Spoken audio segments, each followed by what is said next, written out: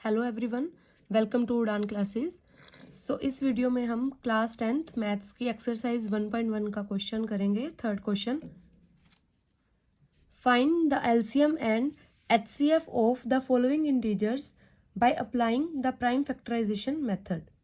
Means हमें यहाँ जो इंटीजर्स लिखे हुए हैं इनका एलसीएम और एचसीएफ फाइंड आउट करना है। मेथड क्या रहेगा हमारा, वही प्राइम फैक्टराइजेशन मेथड। तो इसके लिए हम सबसे पहले तीनों नंबर्स के फैक्टर्स बना लेंगे, 12, 15 एंड 21। तो 12 को हम देखेंगे सबसे पहले 2 से, तो ये 2 से डिवाइड हो जाता है और यहाँ हमारे पास आंसर आएगा 6। देन 6 अगेन 2 के टेबल में आता है, डिवाइड हो जाएगा और आंसर आएगा 3। अब 3 2 के टेबल में नहीं आता है, इससे डिवाइड नहीं होगा। नेक्स्ट नंबर हम चेक करते हैं 3, तो 3 3 के टेबल में आ जाता है और यहाँ आंसर आएगा 1। इसी तरह से हम 15 के फैक्टर्स बनाएंगे। तो 15 का जो लास्ट डिजिट है 5 है, तो इट मीन्स ये 2 से डिवाइड नहीं होगा नंबर। देन हम चेक करेंगे 3 पे, तो 1 और 5 का सम 6 होता है, तो इट मीन्स ये 3 से डिवाइड हो जाएगा और यहाँ आंसर आएगा 5। देन 5 3 से डिवाइड नहीं हो सकता, तो नेक्स्ट नंबर हमें चेक करना होता है 5 पर, तो 5 जो है वो 5 से डिवाइड हो जाएगा। ऐसे ही 21 का हम देखेंगे, तो लास्ट डिजिट 1 है, 2 से डिवाइड नहीं होगा। अब 3 से चेक करने के लिए दोनों का सम करते हैं, तो 2 एंड 1 हो गया हमारे पास 3, तो इट मीन्स ये 3 से डिवाइड हो जाएगा और यहाँ आंसर आएगा हमारे पास 7। अब 7 जो है प्राइम फैक्टर है और ये खुद के टेबल से ही जो है डिवाइड होता है, खुद के टेबल में ही आता है, तो यहाँ आंसर आ जाएगा हमारे पास 7। तो 12 के फैक्टर्स हमारे पास बने हैं 2 इंटू 2 इंटू 3। 15 के फैक्टर्स हमारे पास बने हैं 3 इंटू 5 एंड 21 के फैक्टर्स हमारे पास बने 3 इंटू 7। अब हमें इनका एलसीएम फाइंड आउट करना है पहले। तो एलसीएम के लिए हमें पता है कि जो नंबर जहाँ पर ज़्यादा बार आया होता है वो हमें लेना होता है। तो यहाँ पर कितनी तरह के नंबर है पहले वो देख लेते हैं हम। यहाँ पर 2, 3, 5 एंड 7, ये 4 तरह के नंबर यहाँ लिखे हुए हैं फैक्टर्स में। तो 2 सबसे ज़्यादा बार यहीं पर आया है, 2 टाइम्स आया है, तो इसे हम 2 को 2 टाइम्स लिख लेंगे। 3 जो है वो इसमें 1 टाइम है, इसके फैक्टर्स में 1 टाइम है और इसके फैक्टर में भी 1 टाइम है, तो ज़्यादा से ज़्यादा 1 टाइम ही आया है, तो 3 को 1 टाइम लिख लेंगे। देन हमारे पास जो 5 है वो भी इसके फैक्टर्स में 1 टाइम है, इनके पास है ही नहीं, तो ज़्यादा से ज़्यादा 1 टाइम ही आया है। ऐसे ही जो 7 है वो इसके फैक्टर्स में 1 टाइम है, बाकी में है ही नहीं, तो ये भी ज़्यादा से ज़्यादा 1 टाइम ही आया है। तो अब इनकी सबकी आपस में मल्टीप्लाई करने पर हमारे पास आंसर आ जाएगा 420। अब इन्हीं नंबर्स का हमें एचसीएफ फाइंड आउट करना है। तो एचसीएफ आपको पता है, हमें कॉमन फैक्टर्स देखने होते हैं, मतलब जो तीनों नंबर में कॉमन होंगे। तो सबसे पहले हम देखते हैं 2। 12 का फैक्टर है 2, बट ये 2 ना तो 15 का फैक्टर है ना ही 21 का फैक्टर है, तो 2 जो है वो कॉमन नहीं निकल सकता।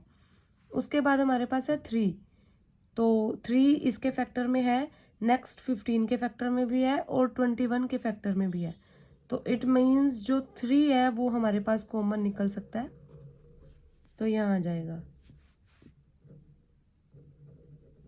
अब इसके बाद जो 12 के सारे फैक्टर्स हम चेक कर चुके हैं, इसके बाद आपको किसी और के जो भी फैक्टर्स रहते हैं वो चेक करने की ज़रूरत ही नहीं है, क्योंकि अगर कोई फैक्टर होगा तो वो तीनों में अगर आएगा तभी हम उसे कॉमन ले सकते हैं। तो जब इनमें ही कोई और फैक्टर नहीं है तो हमें और नंबर्स चेक करने की नीड नहीं है। तो इस तरह से हमारा जो एचसीएफ है वो 3 आ गया है। अब हम करेंगे नेक्स्ट क्वेश्चन 17, 23 एंड 29। तो इसके फैक्टर्स बनाते हैं हम 17, 23 के और 29 के। तो 17 आप सबको पता है, ये इसके जो 7 है ये 2 के टेबल में नहीं आता है। ऐसे ही 3 पर चेक करेंगे, नहीं डिवाइड होगा। देन 5 पे भी नहीं होगा। तो यहाँ जो 17 है वो वैसे भी एक प्राइम फैक्टर है, तो वो सिर्फ अपने ही टेबल पर आता है और यहाँ हमारे पास आ जाएगा 1। ऐसे ही जो 23 है वो भी एक प्राइम नंबर है, तो वो अपने ही टेबल में आएगा और यहाँ आ जाएगा 1। और जो 29 है वो भी प्राइम फैक्टर है, प्राइम नंबर है, तो वो भी अपने ही टेबल में आएगा और यहाँ 1 आ जाएगा। तो इसके फैक्टर्स हम लिखेंगे, 17 का फैक्टर 17 ही है, 23 का फैक्टर 23 ही है, और 29 का फैक्टर 29 ही है। अब यहाँ जो 1 है वो इन सब का फैक्टर होता है, तो 1 हम यहाँ मेंशन नहीं करते हैं।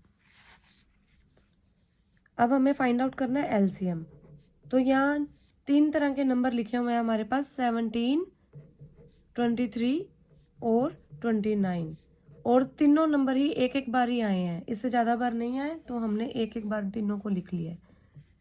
अब इनकी आपस में मल्टीप्लाई करके पहले इन दोनों की मल्टीप्लाई कर लेंगे, जो आंसर आएगा उसे 29 से मल्टीप्लाई करेंगे, तो हमारे पास आंसर आ जाएगा। आप लोग करके चेक कर लेना रफ में, यहाँ आंसर आ जाएगा 11339। अब हम इसका HCF करेंगे। तो HCF हम जानते हैं हाईएस्ट कॉमन फैक्टर होता है, मींस जो तीनों में कॉमन होगा। तो आप लोग देख सकते हैं इसमें 17 है और इन दोनों में 17 नहीं है। और मैंने अभी आपको लास्ट क्वेश्चन में ही बताया था कि सिर्फ फर्स्ट नंबर के फैक्टर्स चेक कर लो, बाकी नंबर के फैक्टर्स चेक करने की नीड ही नहीं है, क्योंकि अगर कोई फैक्टर इनमें नहीं है तो वो बाकियों में हो भी तो कोई फर्क नहीं पड़ता, क्योंकि कॉमन तो नहीं निकलेगा ना वो, अगर वो बाकियों में है, दोनों में है और इसमें नहीं है। तो हमें सिर्फ फर्स्ट नंबर के ही फैक्टर्स चेक करने हैं। तो HCF यहाँ कोई भी कॉमन नहीं है, तो यहाँ हिडन नंबर होता है एक, जो हम लिखते नहीं है, वो क्या होता है 1। तो 1 जो है वो सभी में कॉमन हम बता सकते हैं कि इन तीनों नंबर्स में जो कॉमन फैक्टर है वो क्या है 1, क्योंकि कोई और नंबर कॉमन नहीं आया है इसमें से। और इस तरह हमारे जो सेकंड पार्ट हो गया, अब हम इसका करेंगे थर्ड पार्ट, 8, 9 एंड 25।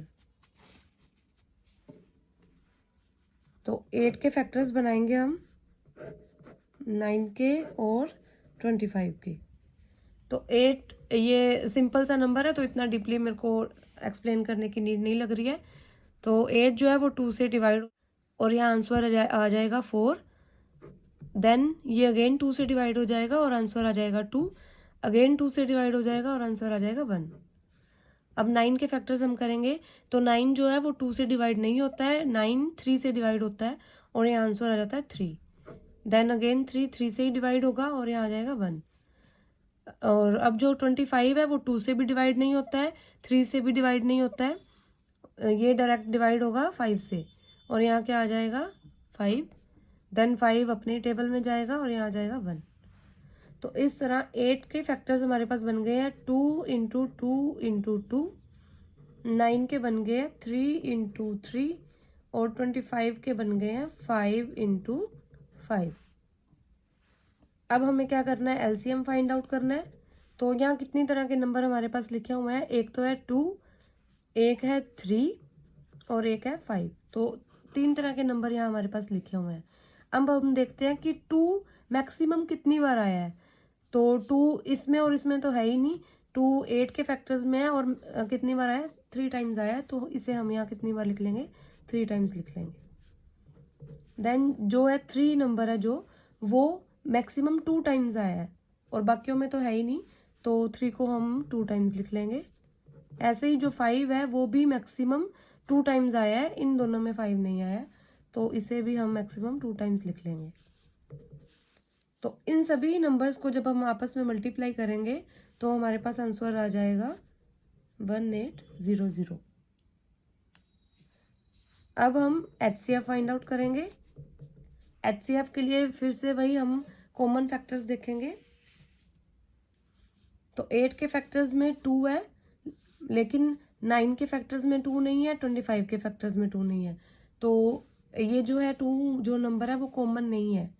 और उसी तरह से हम सिर्फ फर्स्ट नंबर के ही फैक्टर्स चेक करेंगे, बाकी हमें चेक करने की नीड नहीं है, क्योंकि अगर बाकियों में कोई भी नंबर एक्स्ट्रा हुआ भी, जैसे इसमें 3 है, इसमें 5 है, तो उससे कोई मतलब ही नहीं है। जब फर्स्ट नंबर में जो फैक्टर्स हमें देखने हैं, अगर हम उन्हें देख लेंगे, चेक कर लेंगे, तो उधर से ही हमें पता लग जाएगा क्या कॉमन फैक्टर बनता है। तो यहाँ पे कुछ भी कॉमन नहीं है, तो इट मीन्स यहाँ तीनों में क्या कॉमन हो गया, वही हिडन नंबर 1। क्योंकि 1 सभी का फैक्टर होता है।